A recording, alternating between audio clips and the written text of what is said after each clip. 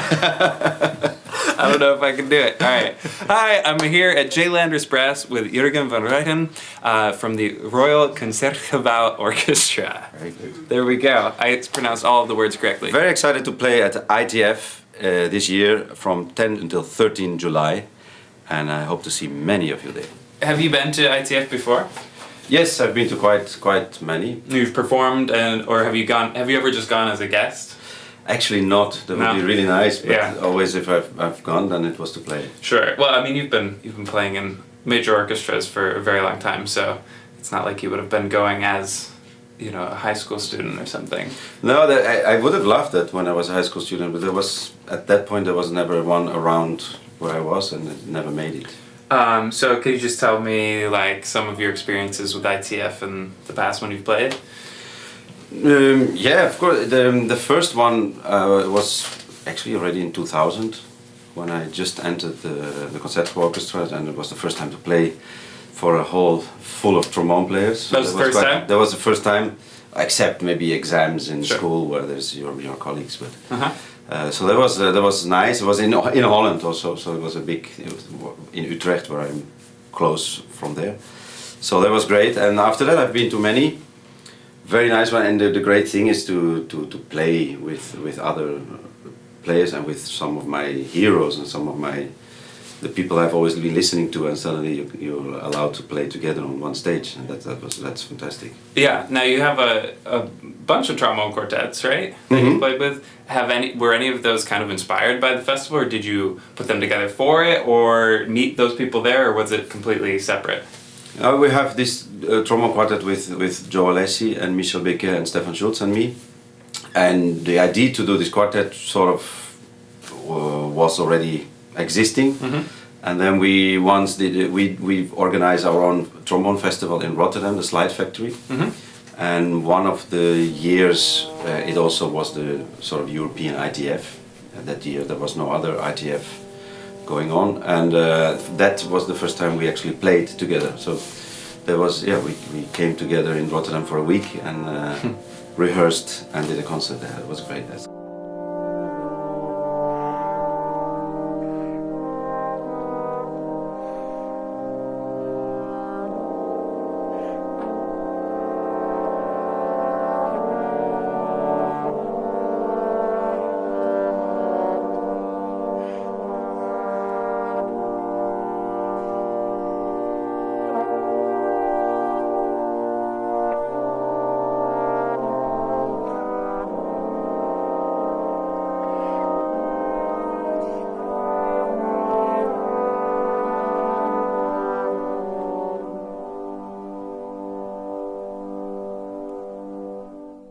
Since then, we have done other projects. We've recorded the CD and Just one CD with that group? Yeah. What's that called? Just for fun. Just for fun. Which actually exactly is what it is. It's Yeah. just for getting fun to get together and play. There's a piece that Daniel Schneider wrote for us specifically for that CD. So that's very really cool. something that is Nice. chorales and interlude. He's doing something with Dave Taylor. Dave Taylor, yeah, Yeah, they're I doing- wanted to say they do a it lot. together. Yeah, oh nice, So great. he will be there this Great. summer, and they'll be doing a duo in one of the final concerts. So, yeah, Great. Yeah, he's a great friend of the brass culture. He wrote a lot for Dave, but also for other. I've played a lot of his music. It's nice. Yeah, very great. Okay, so I want to kind of take a step back and ask you some leading questions. Well, do you know what you'll be doing at ITF? I will play a concerto with the wind band on the wind band evening. I don't know which one yet, but there will be one.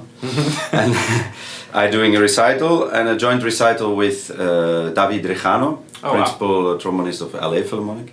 So that's great. He's a great player and a very nice guy. So I'm very much looking forward to play with him. Have you worked with him before?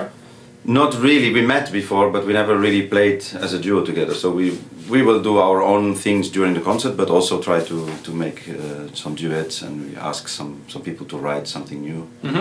So that's exciting. And what else? I will play in a big Star Wars. Oh, you with Jim? Yeah. So that's one of the projects. That's great. I did one of these with him as well. So okay, that's perfect. Great. Yeah.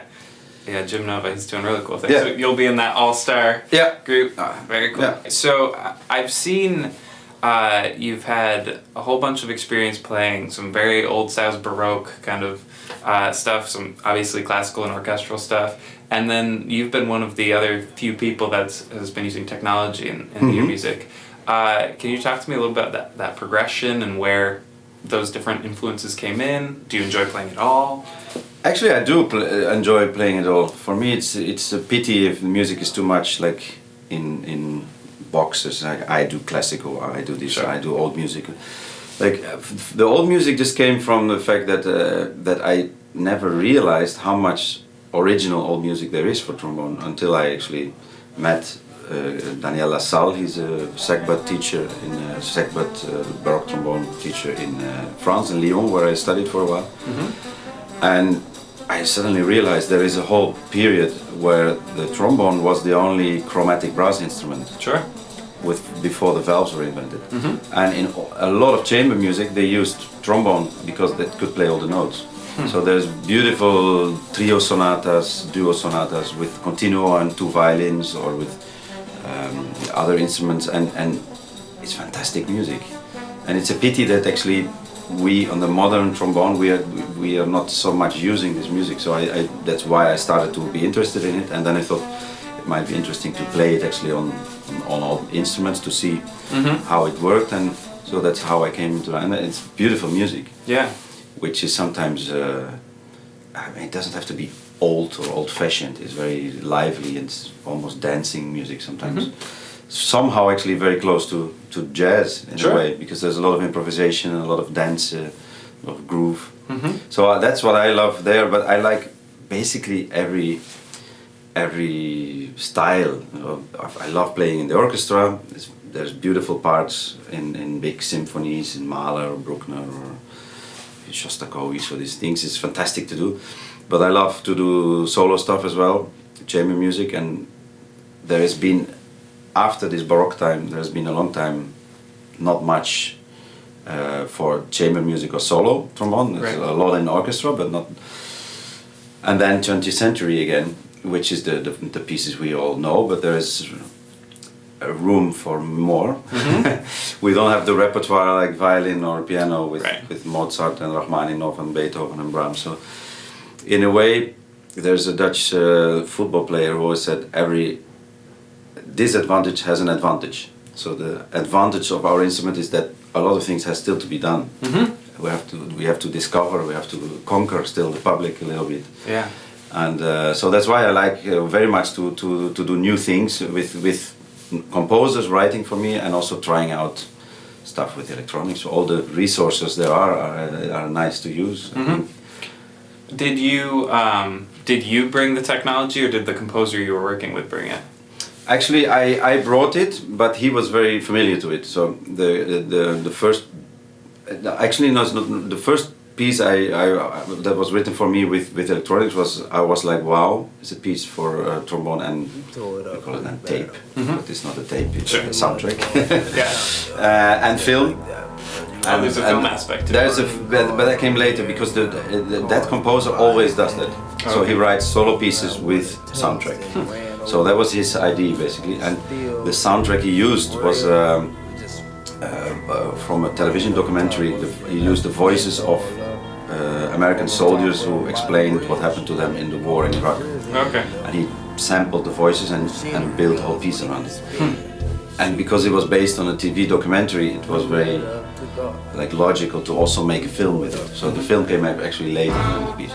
That was the first thing I did, and then I thought I saw some concerts of. I think the first one I saw was what's the great bass player, Richard Bona. He did a lot with loops and stuff. I thought that's great. I'm not really. I love jazz, but I'm not a good improviser. I think everybody has people who are much better in that than me. I like to do it for myself. Sure. So I thought if I want to do something with that, it would be interesting if a composer does something with it, and then it could be also nice that it can be actually a bit more complicated than it would be like on the spot. Absolutely. And then I'm friends with this composer Florian Mayer. He's a German composer, but he studied in Rotterdam in Holland, where I also studied, so we know from the study time. And he's a very funny guy because he's a classical composer, but also a flamenco guitarist. Oh wow. And a heavy metal, black metal singer and bass player. So he sings all this kind of stuff. And he, because of his guitar and pop background, he knows all the effect stuff with guitars. Ah, I see. So I told him, like, would you be interested in writing something, do something with this loop machine? And then he said, yeah. And we bought this thing and started to work on it. Was it more collaborative after that point? Yeah, in the beginning, yes. And at some point, he knew what he had to know, and then he started to make the piece. Did you already have the specific looper that he was writing to, or did no? He actually, he suggested to take this one. Okay, interesting. Because that's a big thing about composing for a looper. It has to be that specific type. Yeah. So he also wrote it in the parts. Of course, you can do it with other ones. Sure, but especially now with Ableton or computer programs, you can program it in whatever pedal you can. But it's somehow easy because he had that machine in mind, so it's easier to use that one. Yeah, exactly. Do you find yourself experimenting with that stuff now that you have it and you understand it? Yes, I do. Yeah. I do. Actually, I'm on tour now in New York, and during the tour I brought stuff because next week in Nashville I play this Slipstream, which is the piece that I was talking about. But I also try to experiment a little bit with Ableton and with some controllers, and I'm not as experienced in it as, for example, you are. Well, it starts somewhere. But I like to. There aren't many people that are experimenting at all, so it's cool. No, I love to do that. It's cool. I just made some arrangements of piano pieces with a lot of like repeats, where I can play it with myself now and with some samples, and so that's what I'm gonna try out next week. Excellent! I can't wait to see it. So, what was your? Well, let's start with this. When you were growing up, what was an album that you were listening to, or a song, or a piece, or anything that was like? You wore it out, you listened to it so much? No, the very first thing I ever heard of trombone was Herbie Green and the 21 Trombones. Because my family was very active in the local wind band, amateur wind band. And my father showed me all the instruments when I was 4 years old or something, and somehow I picked the trombone, like that has to be mine. So the friend of my father, the trombone player of the orchestra, he gave me a cassette with Herbie Green and 21 Trombones. And I've played that until it broke. Yeah. So many times. And so that's the first sound I know. And then when the CD came, the first CD I ever had was from Christian Lindberg. Do you remember which one? The first one, the Virtuoso Trombone, which was fantastic. And then there were a lot of other ones, Michel Becquet, Joe Alessi, that were the classical ones where I listened, Slokar also, Brian Slokar. And then a lot of jazz and basically everybody else. But those were the first ones that I listened to a lot. I know you have a similar concept to me of classical musicians not listening enough to understanding their own concept of sound, what they want. Yeah. And so those were your kind of, a combination of all those players was your ideal. Yes, I think I never had exactly an ideal how I wanted to be or to play. In music, yes, when I play something, I have an idea, but I never said, I want to play like a combination of them, but I really admired their own good points, or their own strong, they are all such strong personalities that is really great to get inspired. So they're all very different, but really great. Yeah. And that I love to listen to and get inspired. And then when I play a piece myself, probably there's a bit of everything you listen stays somewhere, and that combines into your own way. Okay, what was your first professional gig? Yeah, I remember I was in. I'm not even in conservatory. I was like 15 or 16 when the teachers of my music school where I had my lessons, they had a project together, and a paid project, and they needed an extra trombone, and my teacher said, oh, maybe it's something for you. And it was a long project, like 2 months with many rehearsals, and I think the pay was like 600 guilders, which was like 300 euro, and for me that was like Sure. unbelievably much money. So that Yeah. was the first time I got nervous. I get paid for this. I have to actually deliver. I have to actually to do it. Yeah. So, but that was not a real professional gig. And then the first real official professional gig was, I think, with the Rotterdam Philharmonic.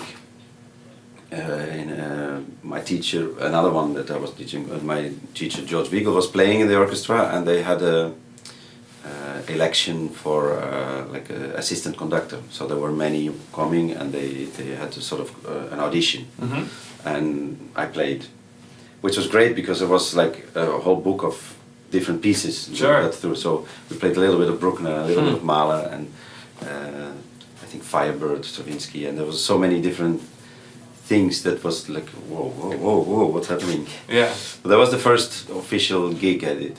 So it was an audition for the conductor. For the conductor, yes. But it was kind of yours as well as Yeah, for me it was Yeah. of course, and it was difficult to prepare because you didn't. There was a book full of me, and we didn't really know what was going to happen. That's kind of. So I just prepared everything and made sure.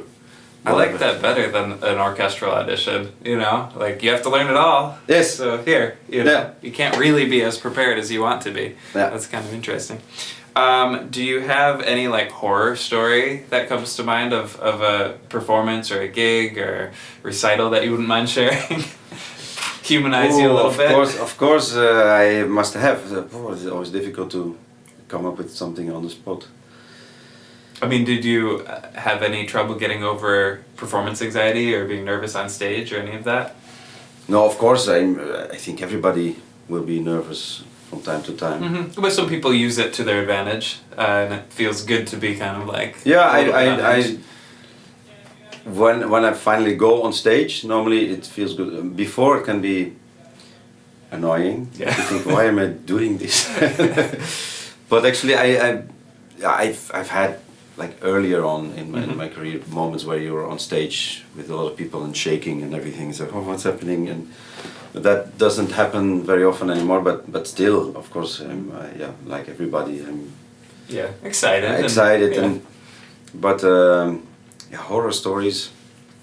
There's one funny one. Speaking about like what was a sort of dramatic. Not dramatic is a big word. It was fun also, but. We had a concert with the Concertgebouw Orchestra with 7th Shostakovich Symphony.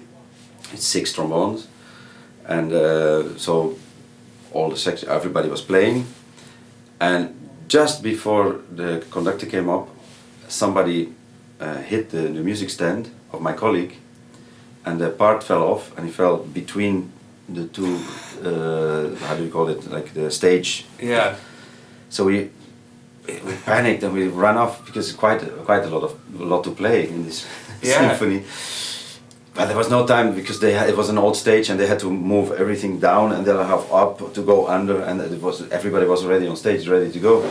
So while the conductor came on stage already, we got from the librarian a score, and we sat together, and I've been playing the whole symphony from the score.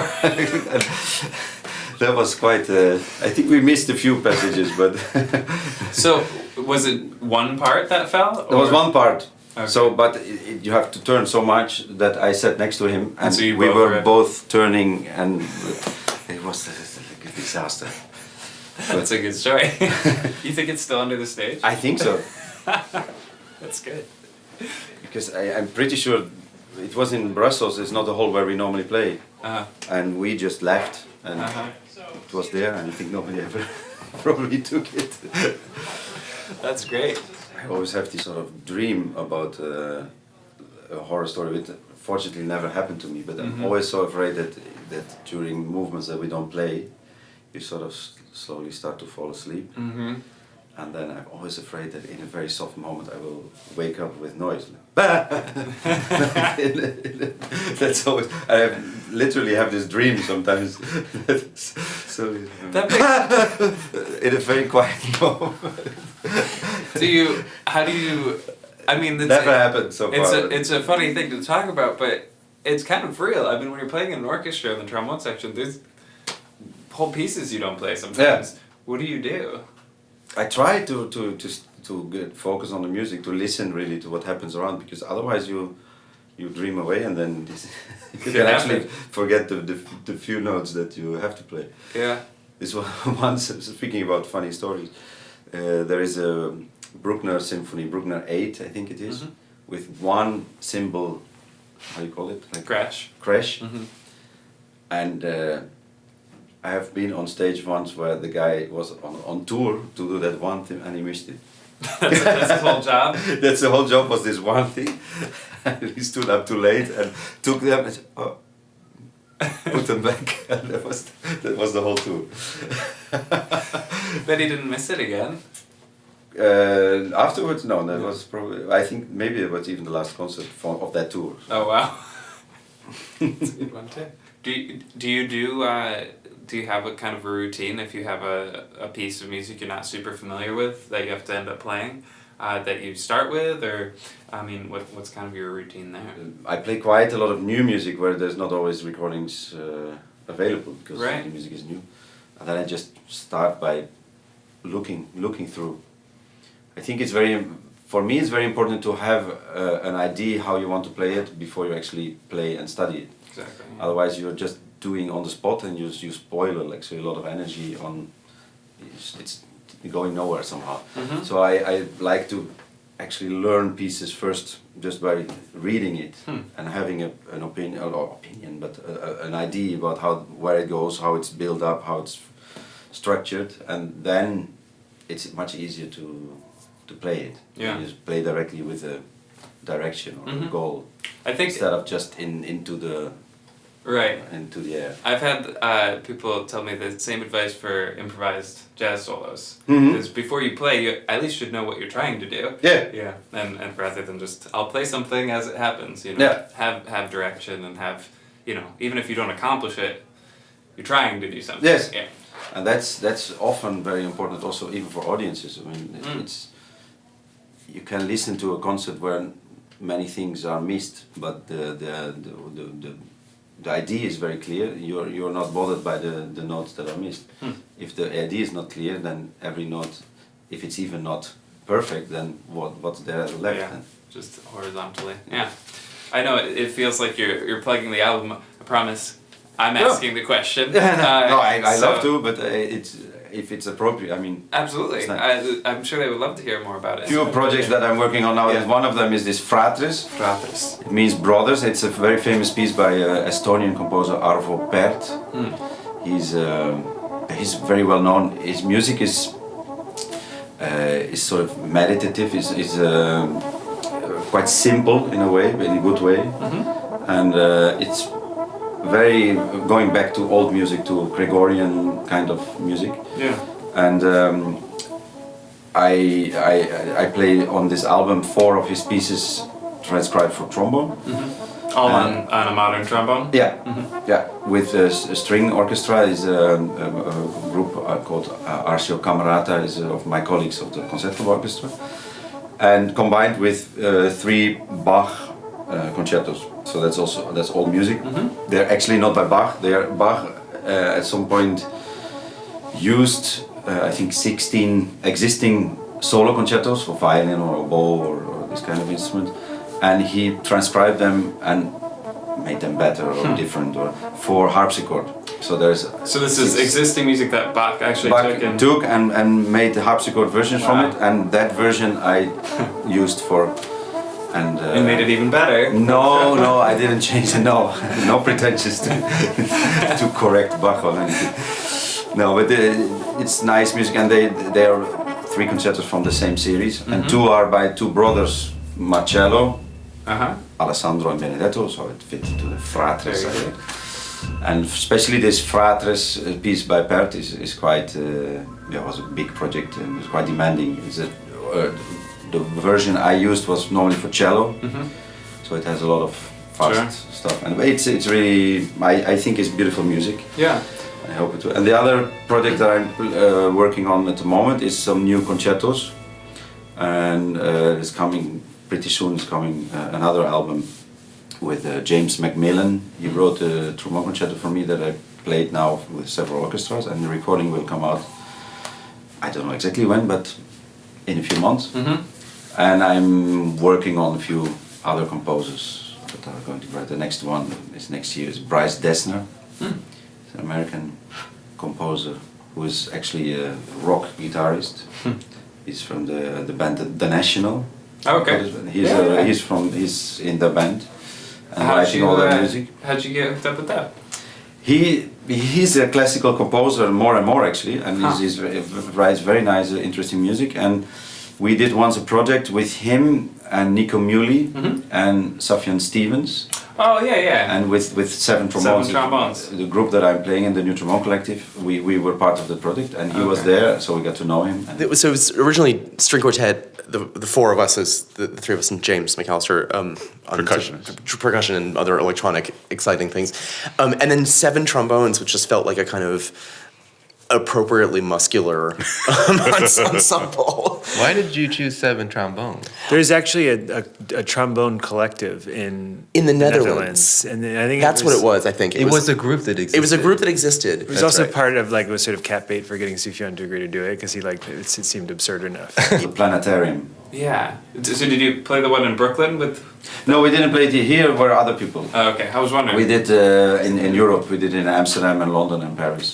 So going back to Fratres. Yes. So I guess like I have a few questions about it, but first was what inspired you to do this project? This is the first time in history, I think, not to make something historical, sure. but it's the first period in history where we have a chance to have the best and most famous composers of a certain time writing for the trombone. Right. It never happened. There is music by Ferdinand David, but it was not Mendelssohn.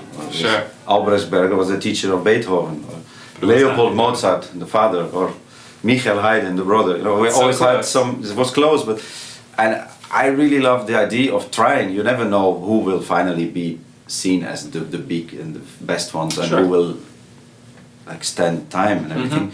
But I like to try to tickle those composers to say, come write for trombone. You can write. Everybody already wrote for violin. It's great violin. I love violin, but do something for different. trombone there is still a lot to conquer and to happen. So then when I like came across that Arvo Pärt, I thought that's a chance to have some of music of the most famous, of one of the most famous composers of this time. This Pärt music is quite meditative, quite slow, and these Bach concerti are actually very vivid and alive. And so they make a nice. They complement each other. Yeah, it's like a nice meal with all the dishes are sort of the opposite of the other one. After Pärt you are maybe ready for Bach, and after Bach you're ready for Pärt. And Pärt is a big fan of Bach's music. He used a lot of his ideas and things, so they fit together somehow. Works really well. If not trombone, then what would you be doing? I have studied physics in Technical University for 1 year, so that would have been probably the other direction. And actually looking back, I love architecture, so maybe I would have gone in the direction of architecture or something. Yeah. I don't know. You can never tell. No. That was something that always like technique and that and architecture. So that were two things that always interested me a lot. So you played with the New York Phil for how many months? 8 months. 8 months. Could you talk about how that was different than what you're used to, fitting into a group that already exists and finding your voice in there? What part did you play? I was associate principal. Associate principal. So, talk about that experience, how it came to be, and how your role was different than what you're used to. Yeah, it was a great experience. First of all, I mean, I know Joe Alessi quite well, and he knew I like New York, and I don't know that we never spoke about anything. But then they had an audition. They had an open spot for associate principal, and I think nobody was taken in the audition, so they needed. Before there was a new audition and they needed someone to fill in, and suddenly I got a message from Joe like, would you like to come and play with us? So there was a little bit of organization because I had to organize some time off of my orchestra, and they were really nice to help me with that and allow me to go. So that was a great experience also with my family to come here in New York and to to live here and work with another great orchestra. And I mean, it's funny enough. It's different and not different. Like daily life is basically the same. The scheduling and everything is very very similar. Even like conductors are similar. The way of playing is a little bit different. And the funny thing is, I really realized that I mean, basically, saying it very short, here I had to play a little louder and a little earlier. Right. We are in Europe, basically, especially I think in Amsterdam, we are very late. So conductor is this and ba. Right. And here it was more pa. So that was something I had to adjust. And the hall is much bigger here. Yeah, I was wondering if that had something to do with and it. that's why you have to. So the way of playing is completely logical if you're on stage in like in Amsterdam. If you play pa, it sounds whoa. So we even have to be careful not to be too round and It'll dark, happen either way. because then Yeah. it just disappears. We have to stay somehow. Of course, we try to play round, but a little bit clear. And here, if you're in Geffen Hall, if you play the same pa, it sounds eh. Yeah. So you have to play fuller and bigger to sound. So that's what I really learned of it, that the sound concept in the end is not that different of what you want to achieve. Sure. It's just the way to get there is different because of the circumstances, because of the whole. Do you feel? I mean, when you showed up and you started playing with that brass section, I'd imagine you're trying to blend in more to their sound and everything. Of course. And when you're home, do you feel? I mean, you don't even have to think about it, and you're kind of leading. But in the end, I mean, wherever you play in a section together, you're always trying to listen and to be together. I think the most important rule in ensemble playing is that the other ones are right. Yeah. If everybody thinks that, you end up in the middle, and then it works. Yeah. So if wherever you are, nobody is going to say this is right and everything you do is wrong. So it's always a joint way to try to listen. So in that sense, it's the same, but it takes a little time. You have to, if it's different than you're used to, then of course you need to be extra aware of that. Did you enjoy that? A lot, it was great, and the orchestra sounds great, and the section was great people and sound great, and it was a great experience. Yeah, cool. And then the last question I have is about your first experiences soloing with an orchestra, because you've been playing with orchestras for years before you actually got in front of one, right? I'm sure you had experiences playing, but in front of a major orchestra. What was that like? It's nice. I really like that. It sounds maybe very strange, but sometimes it's easier than playing a solo in the orchestra.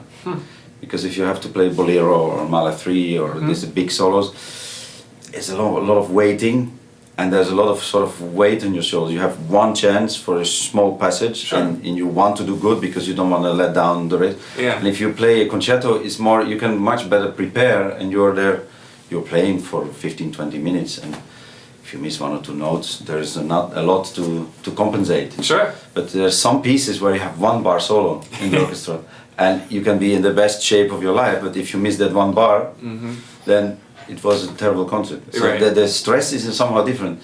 Of course, most of the time the solo concertos are more difficult than what you have to do in the orchestra, but in that sense it's I like it a lot. Yeah. I like both a lot. I mean, it's not that I say I prefer one or the other.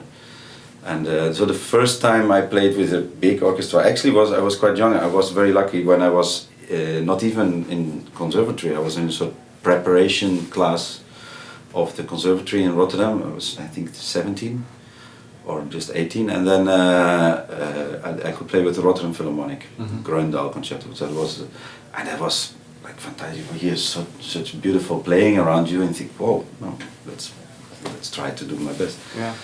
And then now I do it much more. But I really like it. It's scary sometimes, especially if I do now quite some new commissions and new pieces, and then you never know how it's going to be because you don't have a chance to listen to a recording or ask somebody how to do it.